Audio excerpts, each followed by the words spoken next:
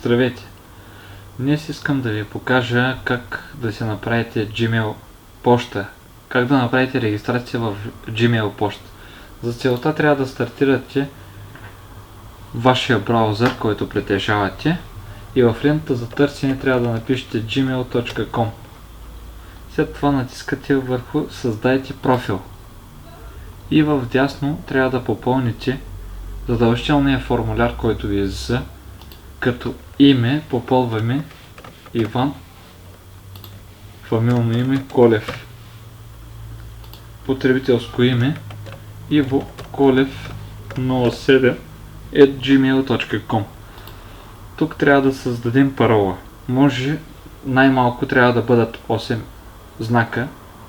Може да използвате символи, главни малки букви, за ваша сигурност. Аз ще напиша паролата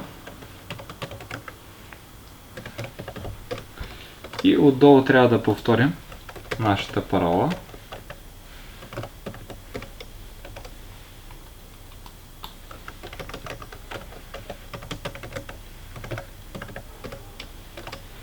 След това избираме дата на раждане.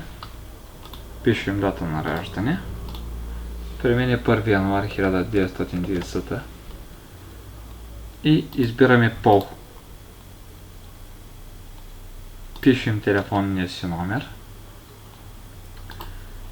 Ако имаме друг имейл адрес, който сме си регистрирали в Gmail, може да я напишем тук, пак съответно за сигурност. Избираме държавата, която е по местоположение и натискаме следващата стъпка.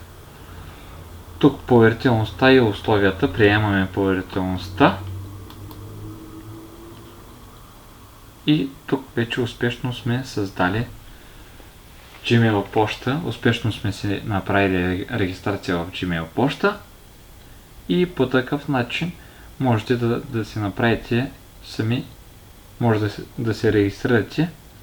Ако ви е харесал нашето видео, може да ударите по един лайк. В следващия урок ще се опитаме да ви покажем как да си направите регистрация в Skype.